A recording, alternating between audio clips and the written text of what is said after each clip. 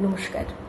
আজকে একটা নতুন বিষয়, সেটা হলো যাদের জন্ম সংখ্যা ৭, মানে যাদের জন্ম তারিখ ৭ তারিখ, ১৬ তারিখ কিংবা ২৫ তারিখ, তো তারা হচ্ছে ৭ সংখ্যার জাতক বা জাতিকা।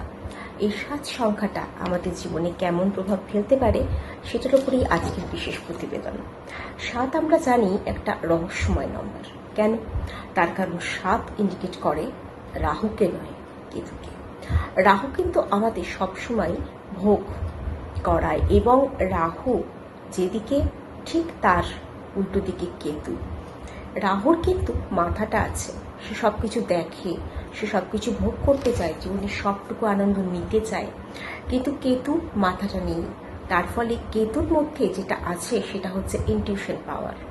তো যে সমস্ত জাতক বা জাতিকা এই ৭ নম্বর সংখ্যাটা নিয়ে জন্মগ্রহণ করছেন, তাদের মধ্যে একটা বিশেষ মাহাত্ম্য আমরা দেখতে পাই। কি সেই মাহাত্ম্য, সেটাই আজকে আলোচনা করব।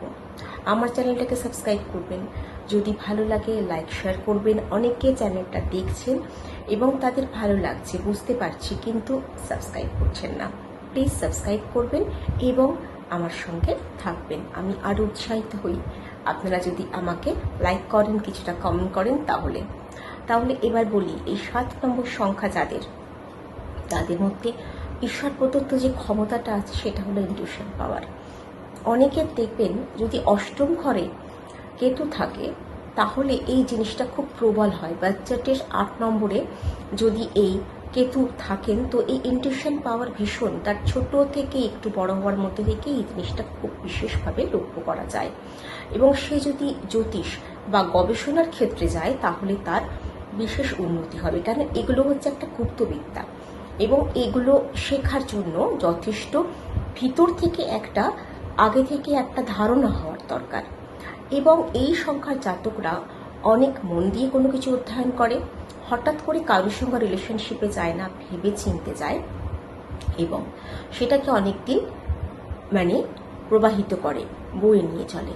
আর একটা জিনিস হচ্ছে, এরা সবসময় যে পড়াশুনোতেই মেধাবী হবে তা কিন্তু নয়, এরা খেলাধুলো বা অন্য কোনো ব্যাপারেও কিন্তু যথেষ্ট মনোনিবেশ করে কাজ করতে পছন্দ করে। কোনো জিনিসের জিনিসটার গূঢ়তত্ত্ব জিনিসটার মূল থেকে জানতে প্রচণ্ড ভালোবাসে।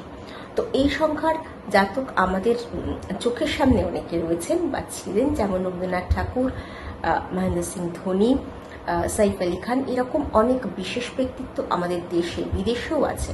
তো ৭ নম্বর জাতকের সব থেকে ভালো জাতক বা জাতিকার মিল হতে পারে পার্টনার যদি ১ বা ৫ হয়।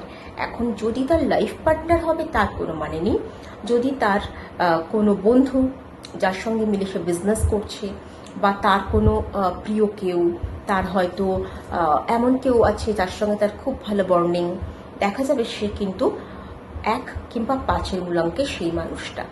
কিংবা তার জীবনে তার সন্তান এলো, তারপরে তার উন্নতি হয়ে গেল, দেখতে হবে সেটা নিশ্চয়ই হয়তো বা বেশিরভাগ ক্ষেত্রে মিলে যায় ১ কিংবা ৫।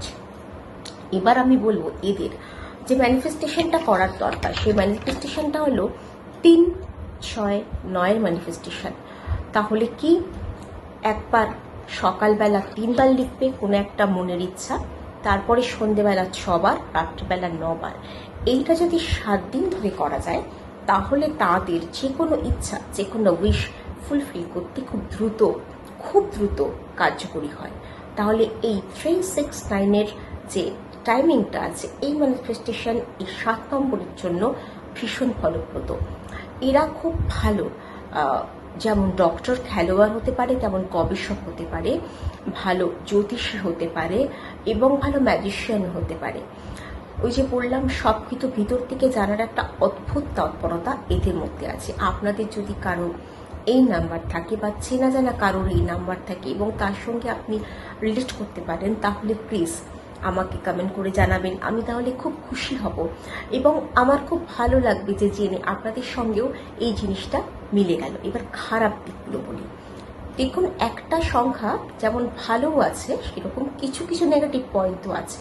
এদের মধ্যে প্রথম জীবনে ভীষণ রকমের একটা সংঘর্ষ দেখা যায়, তারপরে আস্তে আস্তে সেই জিনিসটা কেটে যায় এবং সে আস্তে আস্তে সিঁড়ি বেয়ে উঠতে থাকে।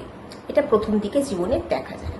পরবর্তীকালে এরা যথেষ্ট ভালো সাকসেস হয় যদি আরও অন্যান্য গ্রহ ঠিকঠাক জায়গায় থাকে। দেখুন, এটার মধ্যে দিয়ে শুধু এটা নয় যে শুধু 7 নম্বর মানে সবগুলো এরকম হবে, তা নয়। এটা অ্যাপ্রক্স একটা ধারণা করা যায় এবং 7 নম্বর জাতক জাতিকার ক্ষেত্রে এগুলো মেলে।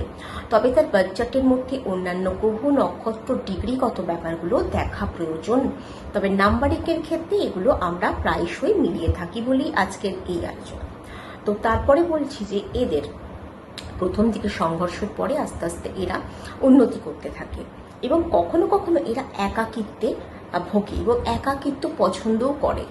ভোগে যেমন তেমন আবার এটাকে এনজয় করে। কখনো কখনো এরা কোনো জিনিসটা নিয়ে সন্দেহ করে, বারবার বিচার করে তবেই সেটাকে মেনে নেয় বা তবেই সেটাকে বিশ্বাস করে। এই জিনিসটা যেমন আছে, কখনো কখনো এদের মুড সুইং হয়ে যায়। এই জিনিসটা ভীষণভাবে 7 নম্বরের মধ্যে দেখা যায়। তাহলে ভালো খারাপ উভয় দিকই বললাম, খারাপ বলবো না, এটা একটু সামান্য নেগেটিভ প্রত্যেকের মধ্যেই থাকে। তবে 7 কিন্তু খুব ভালো একটা সংখ্যা। তো সেই জন্য দেখবেন আমাদের জীবনে সব কিছু 7 হয়। এমনকি যখন আমরা আমাদের জীবনে বিবাহিত জীবনে প্রবেশ করি তখনও আমাদের এই 7 পাকের একটা বন্ধন থাকে। তাহলে 7 অলওয়েজ আমাদের জীবনে একটা গোল্ডেন অপরচুনিটিস। তাহলে কেমন লাগলো আজকের এই প্রতিবেদন জানাবেন, ভালো থাকবেন। আজকে এই পর্যন্ত, নমস্কার।